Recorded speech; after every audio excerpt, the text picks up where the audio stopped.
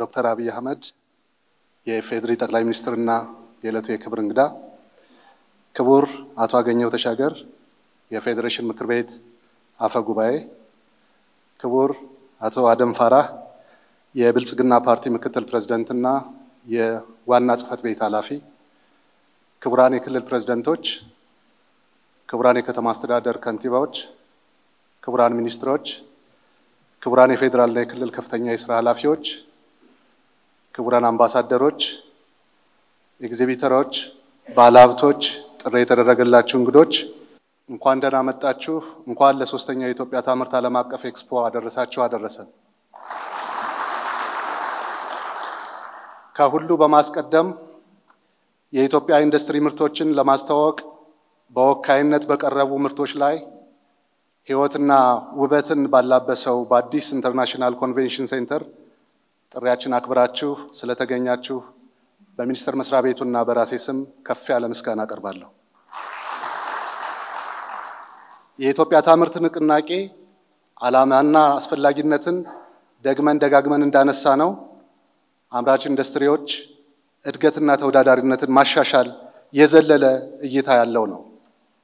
መሪ ቃሉ የነገዋ ኢትዮጵያ የምትገነባው አእምሯቸው በረቀቀ እጃቸው በክህሎት በላቀ ልጆቿ መሆኑን ማምረት የቀደም ስልጣኔ ታሪካችን ማደሻ አባቶቻችን ለነጻነት ለከፈሉት አርበኝነት ዋጋ ማስታወሻ ከተደጋገሙ ኋላ ቀርነት ወለድ ስህተቶች መመለሻና በጠንካራ አመራር የኢትዮጵያን ብልጽግና አይቀሬነት ማረጋገጫ ማህተም መሆኑን እያወጅን ነው። ከዚሁ ጋር በተያያዘ ባለፈው ዓመት በተካሄደው የኢትዮጵያ ታምርት ኤክስፖ መክፈቻ መርሃ ግብር ላይ ክቡር ጠቅላይ ሚኒስትር ዶክተር አብይ አህመድ ያስተላለፉት መልእክትና የሥራ አቅጣጫ እንዲህ የሚል ነበር።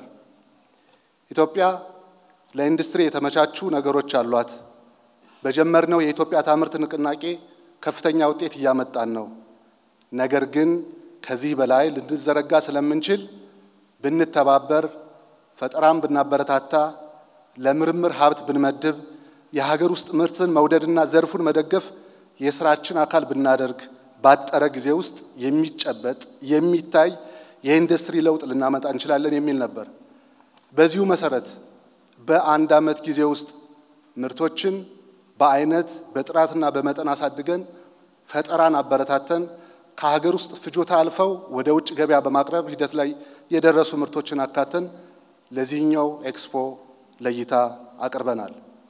ኤክስፖ ከወትሮ በተለየ የማምረቻ መሳሪያዎችን በማስተዋወቅ ላይ በማተኮር ብረትን እንደ ሸማ ሰርተው ዓለም የደረሰበትን የቴክኖሎጂ የጥራት ደረጃ አሟልተው ነፃ ኢነርጂ ማምረት የቻሉ ማሽኖችን እጆችን በዚህ ኤክስፖ አይተናል። በእነኚህ ምርቶች ላይ በኢትዮጵያ የተመረተ ሜድ ኢን ኢትዮጵያ በሚል ለገበያም ለይታም ቀርበውበታል። ኤክስፖ ምርቶች እንደየባህሪያቸው በሰባት ንዑስ ዘርፍ ማለትም በጨርቃ ጨርቅ በቆዳ በምግብና መጠጥ በኬሚካል በማሽንና ኢንጂነሪንግ በፋርማሲቲካል በስጋና ወተት ምርቶች በ288 ኤግዚቢተሮች ተደራጅተው ቀርበዋል። ክቡር ጠቅላይ ሚኒስትር ክቡራትና ክቡራን በሀገር በቀል የኢኮኖሚ ሪፎርማችንና በ10 ዓመቱ መሪ ዕቅድ የተቀመጡ ግቦችን የምናሳካበት የኢትዮጵያ ታምርት ኢኒሼቲቭ መንግስት አጠቃላይ ኢኮኖሚውን ለማነቃቃት በወሰዳቸው የማክሮ ኢኮኖሚ ሪፎርሞች አዲሱ የኢንዱስትሪ ፖሊሲ የኤሌክትሪክ ኃይል አቅርቦት ዘርፉን በልዩ ሁኔታ የሚደግፍ ወሳኝ ተቋማትን በአባልነት ያሳተፈ ካውንስል በመቋቋም ምቹ ቢዝነስ ከባቢ በመፍጠርና በሌሎች በርካታ የተቀናጁ ተግባራት ምክንያት የኢንዱስትሪያላይዜሽን ንቅናቄ በጀመርንባቸው ባለፉት 3 ዓመታት እጅግ ተስፋ ሰጪ ውጤቶች ተገኝተዋል። አፈጻጸሙም ኢትዮጵያን በማኑፋክቸሪንግ ኢንዱስትሪ የበለጸገች ሀገር ሆና የማየት ህልማችን ሩቅ እንዳልሆነ አመላክቶናል።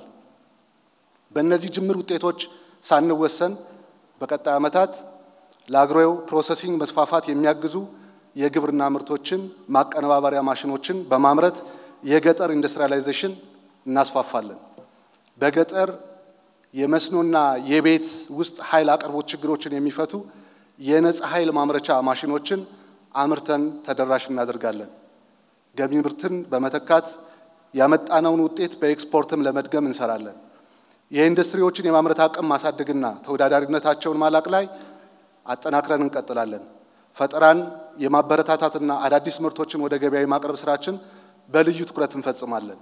በተለይም ሁኔታ ቀያሪ ኢንዱስትሪዎችና ስትራቴጂክ ጠቀሜታ ያላቸውን የትልልቅ ኢንዱስትሪ ፕሮጀክቶችን ደግፈን ወደ ማምረት እናስገባለን። መሪ ኢንዱስትሪዎችን በመፍጠርም የግል ባለሀብቱን ሚና ወደምናልቅበት ምዕራፍ እንሸጋገራለን። ይህ የኢትዮጵያ ነባራዊ ሁኔታ አዳዲስ ባለሀብቶችን ወደ ዘርፉ እንዲቀላቀሉ፣ ነባር አምራች ኢንዱስትሪዎች ምርታቸውን እንዲያሰፉ ጥሪ የምናደርግበት ትክክለኛ ጊዜ በመሆኑ ኑ በአምራች ኢንዱስትሪ ዘርፍ መዋለ ንዋያችሁን አፍስሳችሁ ራሳችሁንም ሀገራችሁንም አበልጽጉላለሁ። በዚህ አጋጣሚ ለስካሁኑ አጠቃላይ ተስፋ ሰጪ ውጤቶች መገኘት ምክንያት የሆኑትን ክቡር ጠቅላይ ሚኒስትር ዶክተር አብይ አህመድን፣ የአምራች ኢንዱስትሪ ካውንስልና ሰብሳቢዎችና አባላትን፣ ቴክኖሎጂ ፈጣሪ ወጣቶችን፣ በዘርፉ የተሰማሩ ባለሀብቶችን፣ በየደረጃው የሚገኙ የኢንዱስትሪ የዘርፍ አመራሮችና ሰራተኞች እንዲሁም የዚህን ኤክስፖ አዘጋጅ ኮሚቴዎች እና ኤግዚቢተሮች እንዳመሰግን ይፈቀድልኝ።